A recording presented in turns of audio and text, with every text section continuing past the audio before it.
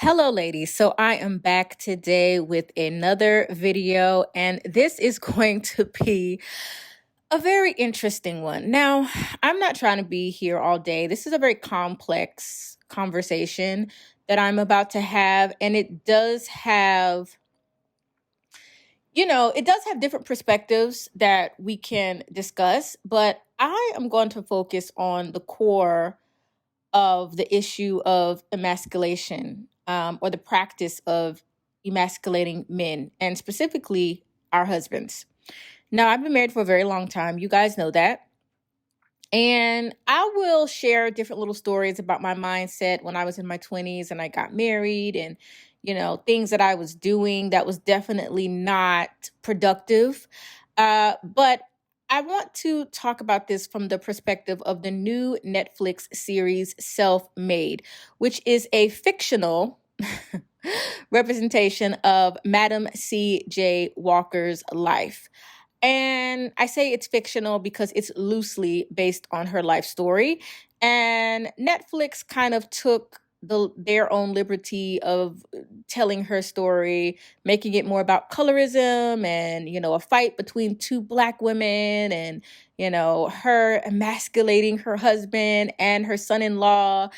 And, it was a very interesting series to see how much propaganda is put on TV and put into TV shows in today's society. But that's a different topic as well. Let's talk about emasculation really quick.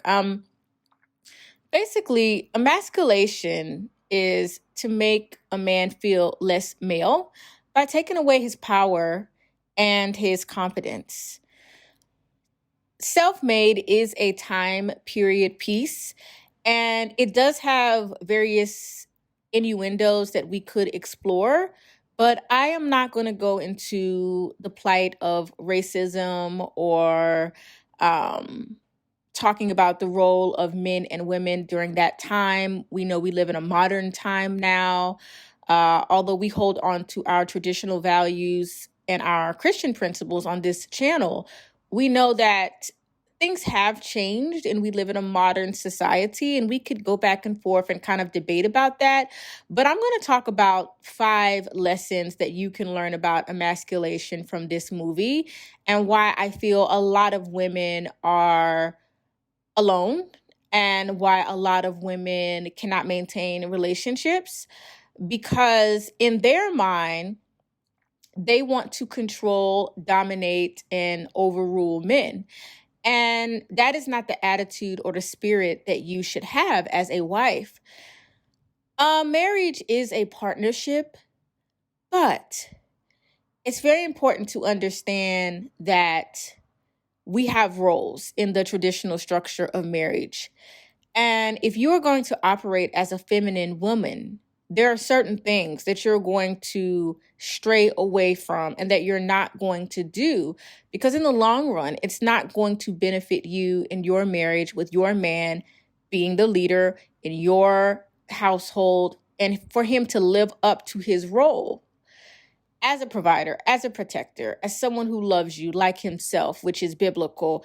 It's going to be hard to bring out the best qualities in your man and for him to bring out the best qualities in you if you enjoy emasculating. And I'm going to be honest, when I first got married, I really enjoyed power and control. And I don't know if I would still be married right now if I didn't understand that those qualities are very unattractive. That's not what a man is looking for. A man doesn't mind you to be, they really don't mind assertiveness, is what I'm saying. My husband loves that I'm ambitious, that I'm smart, that I'm assertive, that I have ideas, that I input lots of great, thoughts into our relationship, into our marriage. He appreciates my feedback. He loves my feedback. But there was a time when I didn't understand how to express that feedback. So I really relate to women who are dominant, who are aggressive, who are very strong and opinionated, because that's me. But I've learned to embrace my femininity in a very deep way. And I can honestly say it changed my life. It changed my marriage. It changed my business. It made me more successful. It helped me to thrive. It relieved me of anxiety. It helped me to trust my husband more and trust his um, ability to take care of me. And for us to be individuals in the sense of exploring what we both want to do for careers and our personal interests, but living as one flesh. Because when you get married, you are one flesh. And this is what a lot of worldly women don't understand. They think it's mine and it's yours. And then we just come together and have good sex, or we just come together and have fun and take vacations and you buy me stuff, all which I can relate to. But I say what goes in this house, really. Even if they don't verbalize it, they feel that way. So let's get into it.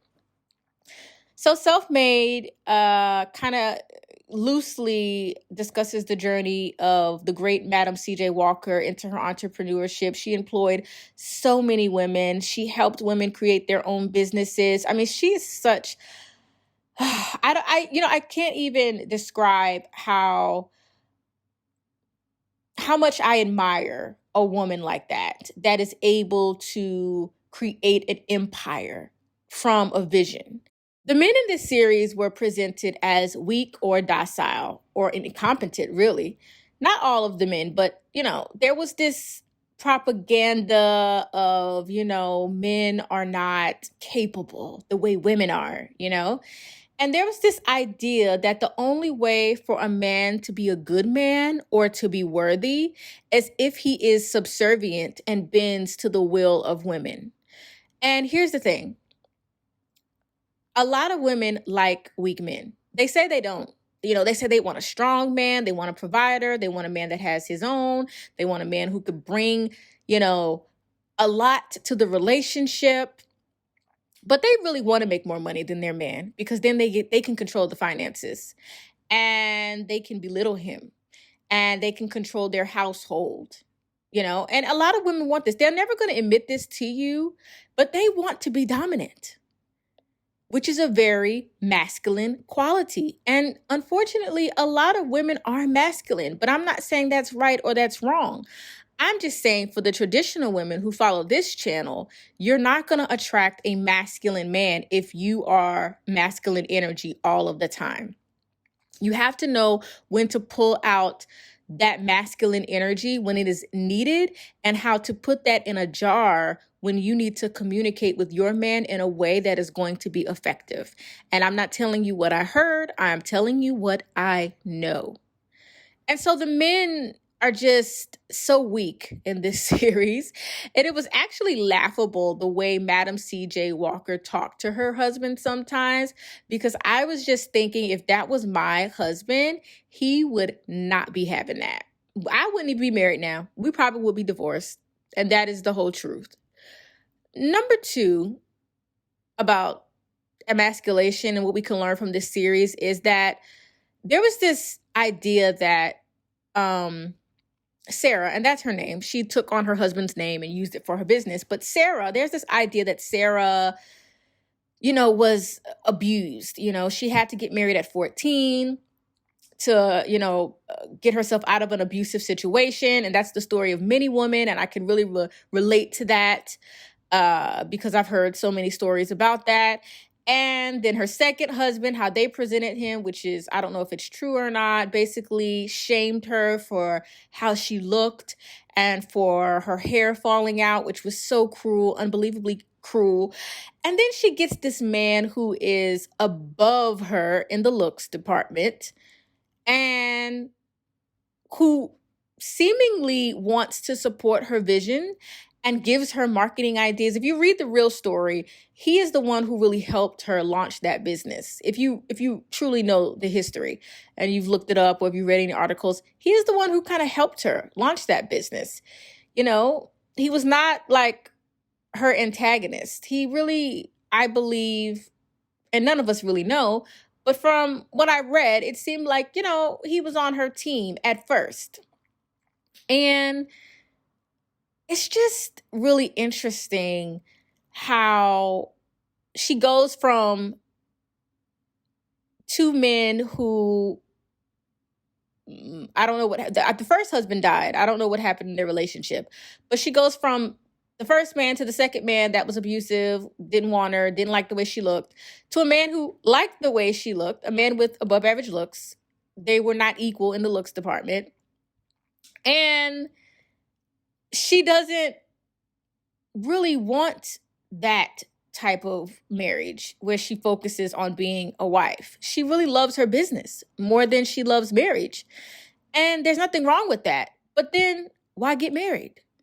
And I think that's what we can take from it. I mean, and this is a story. I'm not saying this is true. I don't think Madam C.J. Walker was a dominant, mean, aggressive woman. I think that's how they spun it to boost feminism.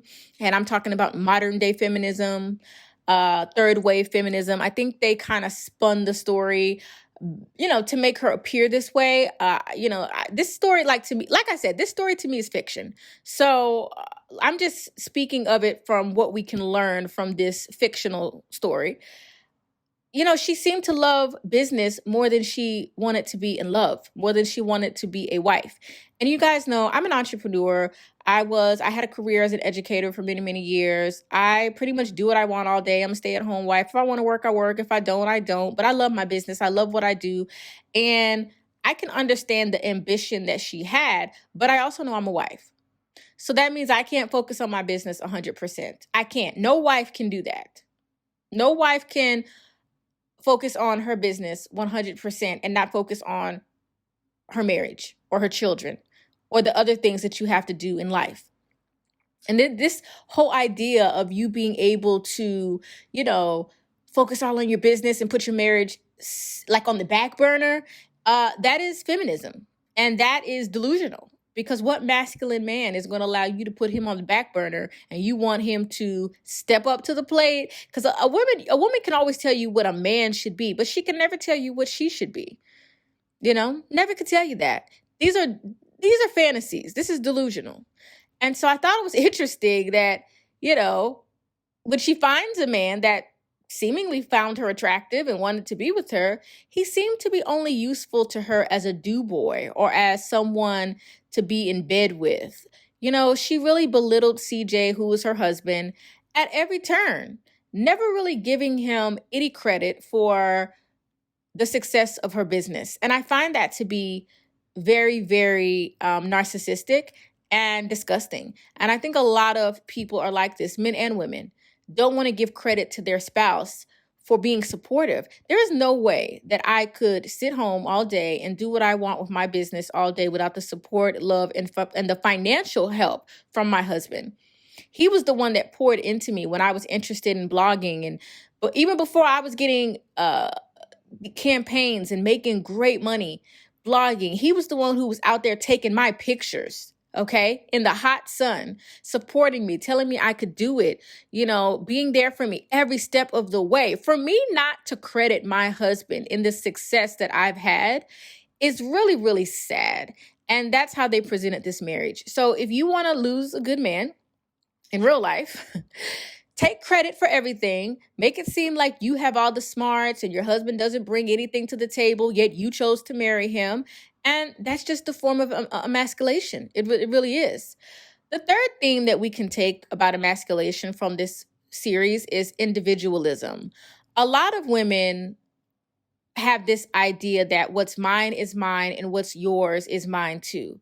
That is a worldly Jezebel spirit, okay? That is not how traditional marriage works, okay? In a marriage, everything is ours. I don't care if I owned a 500 Fortune company. It's mine and my husband's. If I died, it's going to him or it would go to a relative, okay? In marriage, nothing is yours. It's always ours. All of my husband's income, ours. All of my income, ours. Now, how we choose to operate our finances, it may be so that I have my own account and my husband really doesn't touch it and doesn't really care to touch my personal income. That's his choice as a man to say, I'm the man. I hold you down. If I need you, I'll let you know. If we need to do something to save up for something, or if we need to do something, I'll let you know. But it's still his. Everything is ours. There is no, this is mine, this is yours. And this is why women cannot succeed in marriage, because they want a man to give their all, to love them, to cherish them, to be faithful to them, to be a provider, to be a good husband, to be a good father, to be a good lover, to be everything. But yet they want to still maintain their own stash on the side, hide money. And why should you have to do that with a masculine man? A masculine man wants to give you the world. He truly does. You ain't got to hide nothing from him because he don't want it. And see, this is this propaganda, once again, that they put out into society that, women have to hide money and we can't share in success, and because, he gonna take everything and he's lazy. And it's really sad. And I think that this emasculating behavior that women do to men is a reason why they can't get the best out of the men that they're with, and they get scraps and crumbs. The fourth thing about the series that I think we should learn is tone and our attitudes towards our husbands. I think assuming your spouse is not worthy or incompetent because they don't see your vision, or they're weak, or they're unambitious. Listen, every man is not interested in being an entrepreneur.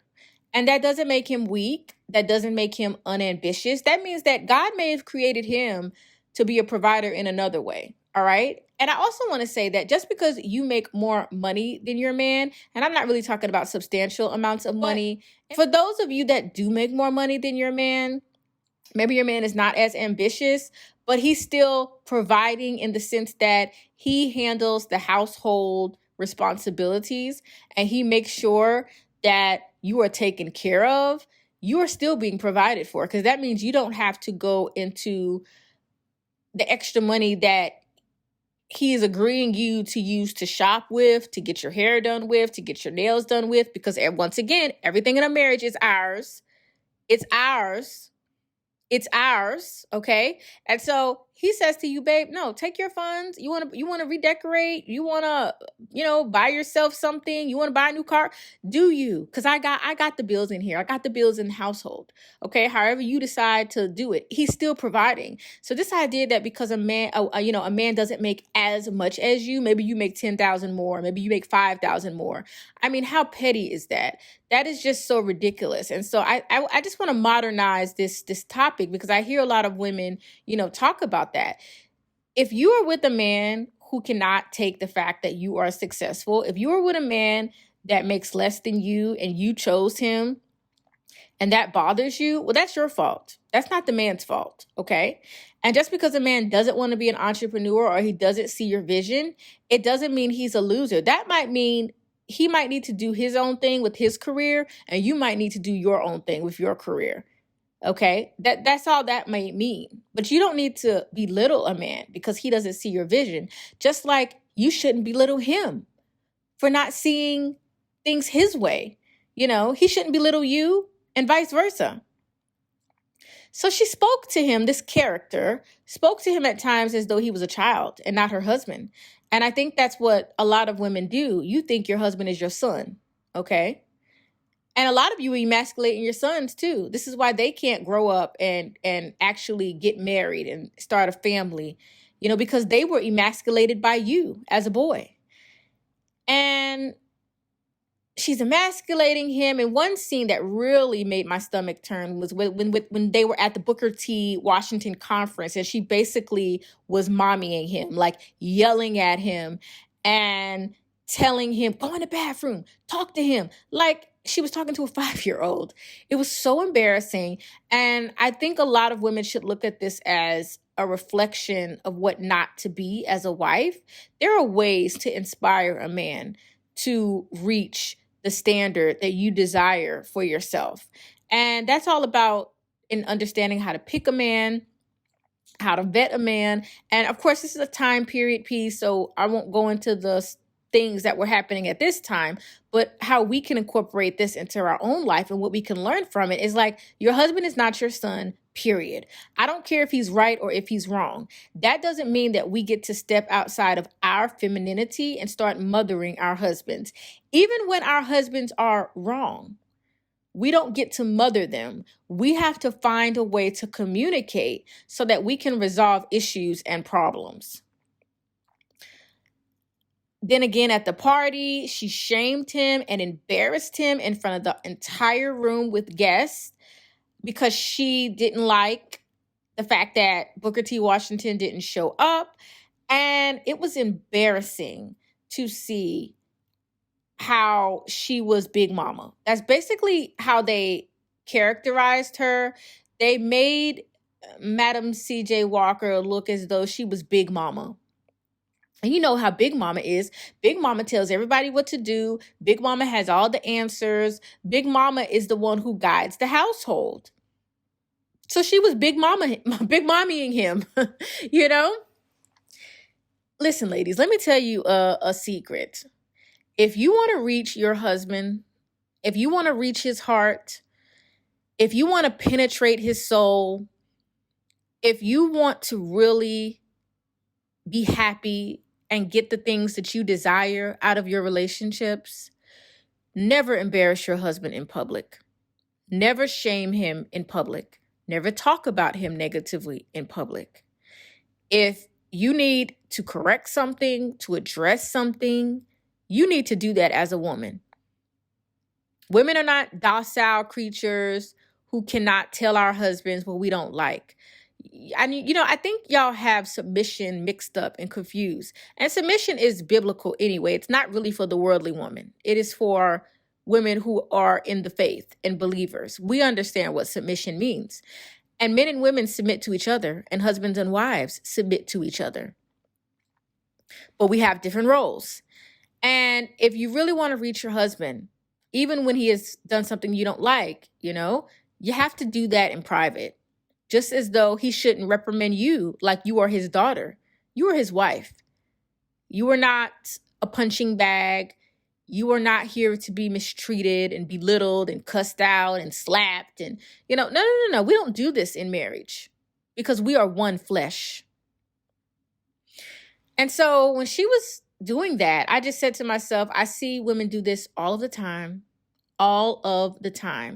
And then they wonder why these men leave and have children with other women and cheat on them. And none of this is right because y'all know my position on cheating. It's a non-negotiable. It's a deal breaker.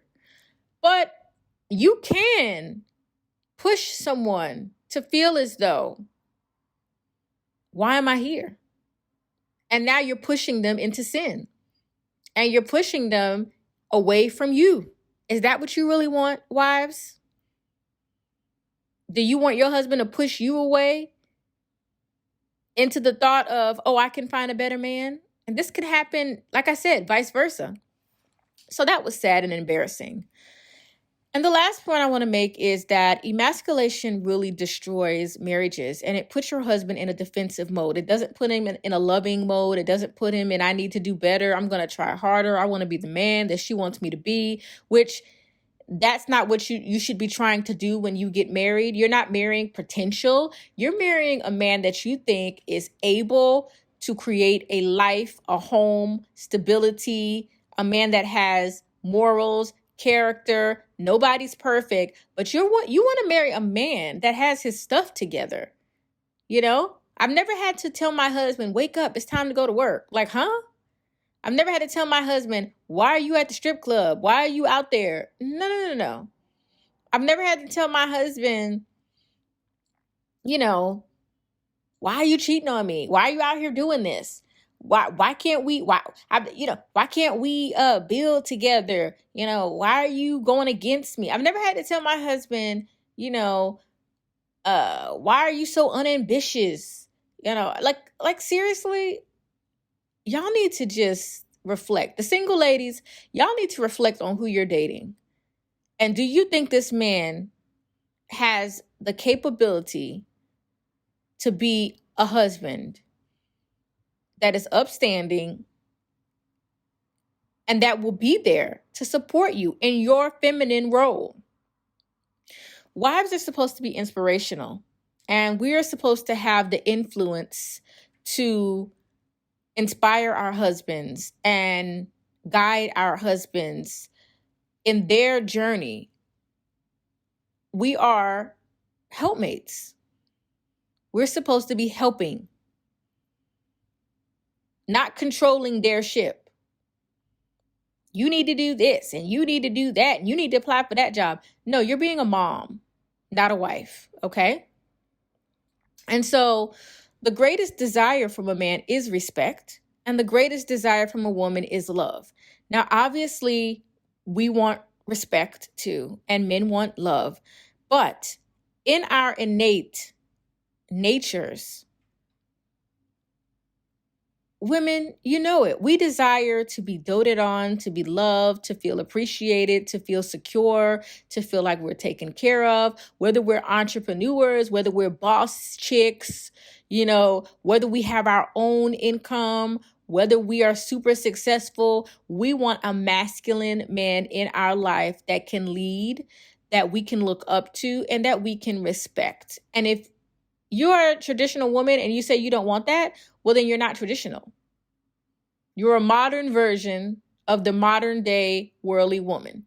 You want to lead your ship, and you are attracted to men that you can emasculate.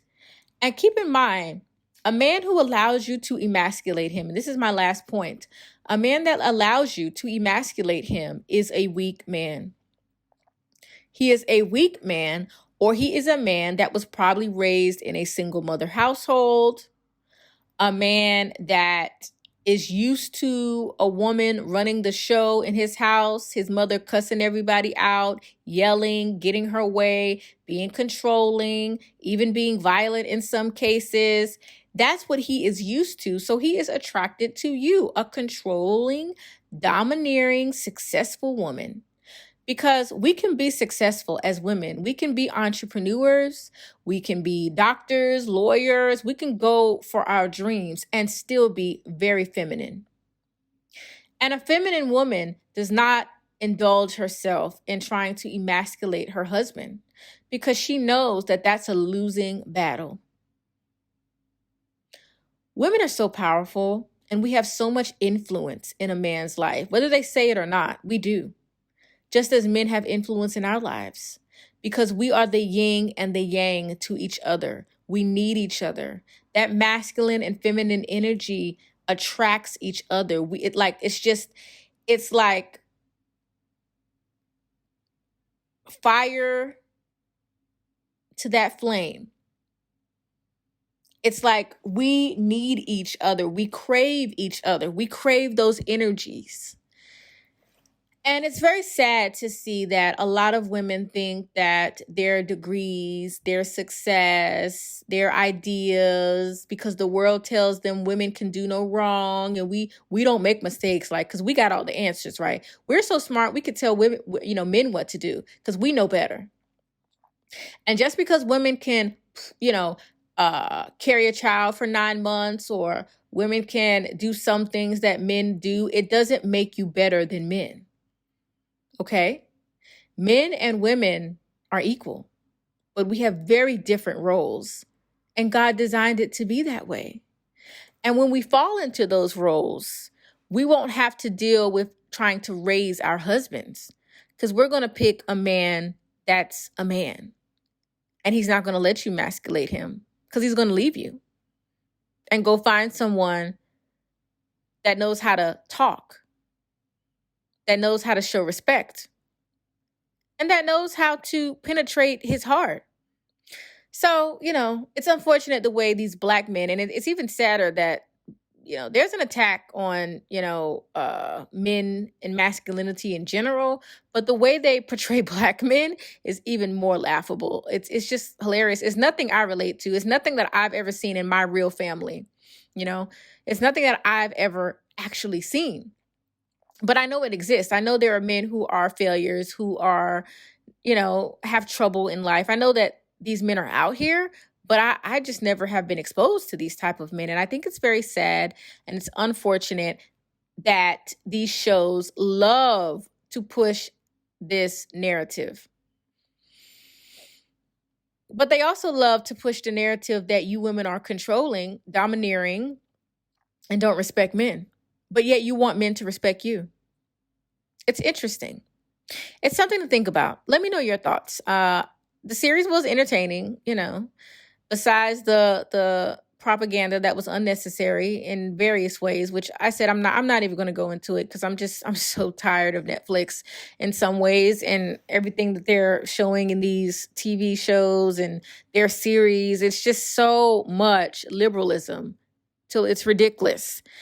But yeah, those are my thoughts on the series as far as like what we can take from this series about emasculation. So I'll see you in my next video, ladies. Bye.